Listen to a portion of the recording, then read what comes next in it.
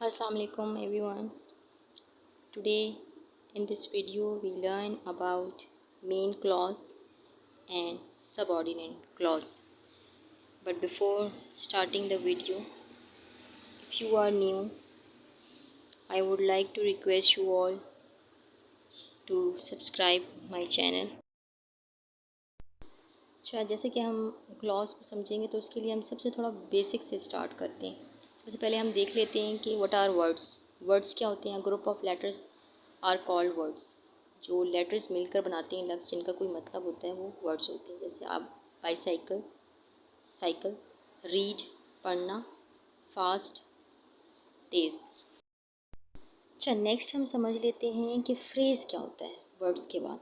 What is phrase? आपने सुना होगा phrase. A group of words that does not have subject and verb is called phrase। जिसके अंदर proper एक sentence की तरह सब्जेक्ट और वर्ब नहीं होता। ये जस्ट ग्रुप ऑफ वर्ड्स होता है और उसका मतलब होता है लेकिन इसकी कोई सेंस नहीं होती, कंप्लीट सेंस नहीं दे रहा होता ये। For examples, a red frock, Lal frock मतलब है, 3 वर्ड्स हैं, एक लाल फ्रॉक, लेकिन ये कोई कंप्लीट सेंटेंस नहीं है, सेंटेंस नहीं है। हम किसी को कहेंगे तो वो वेट करेगा कि हम इसके आगे या पीछे भी कुछ यूज़ करें। एन ईजी टास्क, एक आसान काम। The fastest animal, after the lunch. चलिए हम देखते हैं कि इन्हीं फ्रेजेस को यूज़ करके हम सेंटेंस कैसे बनाएंगे। आई लाइक रेड फ्रॉक, अब ये कंप्लीट सेंटेंस है। It is an easy task, an easy task इसमें फ्रेज़ है, लेकिन जब हमने इसके साथ सब्जेक्ट और वर्ब लगाया तो ये कंप्लीट सेंटेंस बन गया। The leopard is the fastest animal of all. I go outside after the lunch. It is called sentence. These all examples are sentence because it has subject, it has verb, it is giving a complete sense. तो ये examples हो गई हैं आपके पास sentence की। Next come to the clause जो हमारा topic है। ठीक है, a simple sentence is called clause. Very simple. जितनी भी आपने प्रीवियस एग्जांपल्स देखी ये सब जो थी क्लॉज की एग्जांपल्स थी। सेंटेंस को ही क्लॉज भी कहते हैं, जिसमें सब्जेक्ट भी हो, जिसमें वर्ब भी हो, जो एक कंप्लीट सेंस दे रहा हो उसे हम क्लॉज भी कहते हैं और सेंटेंस भी कहते हैं। ठीक है, तो a simple sentence is called clause. All previous sentences were the example of clause. जितनी आपने एग्जांपल्स देखी वो सब क्लॉज की भी एग्जांपल्स थी। ठीक, यहाँ तक क्लियर हो गया। वर्ड्स, फ्रेजेस, सेंटेंस और सेंटेंस को ही आप क्लॉज भी कहते हैं। ठीक है, अब आ जाते हैं मेन क्लॉज की तरफ जो हमारा टॉपिक है मेन और सबऑर्डिनेट।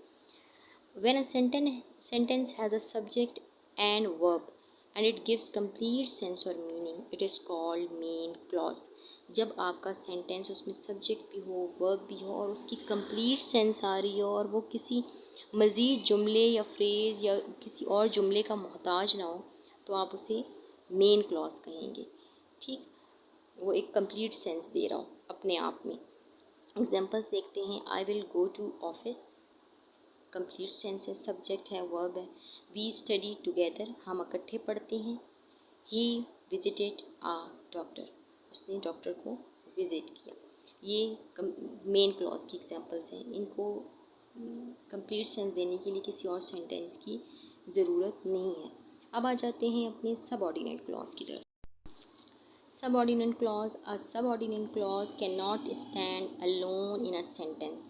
अकेले वो नहीं खड़ा हो सकता। क्यों? क्योंकि वो सेंटेंस कंप्लीट मीनिंग नहीं दे रहा होता, इसलिए वो अकेले नहीं खड़ा हो सकता।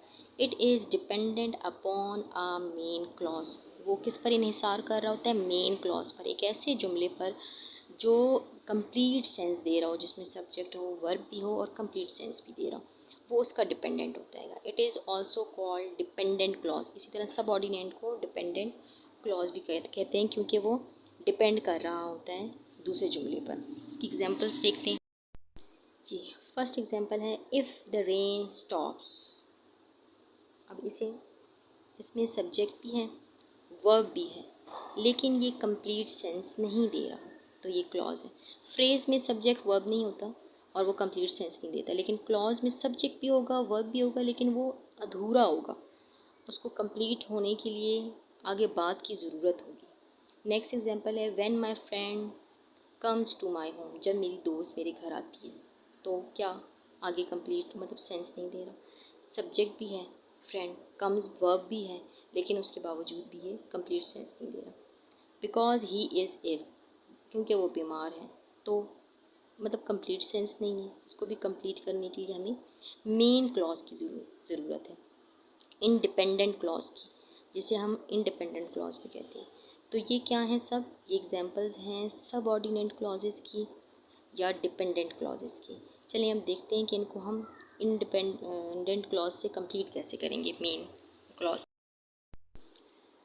इफ़ द रेन स्टॉप्स, जब बारिश रुकेगी, I will go to the office, मैं ऑफिस जाऊँगा। My friend comes to when my friend comes to my home we study together, तो हम इकट्ठे पढ़ते हैं जब मेरी दोस्त आती है।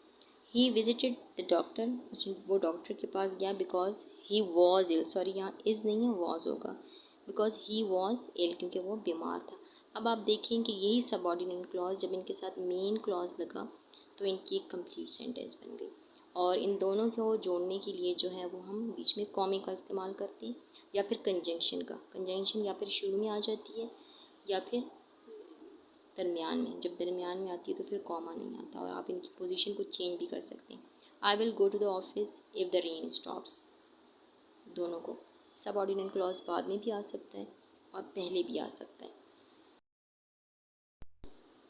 Thanks for watching the video, I hope you like it.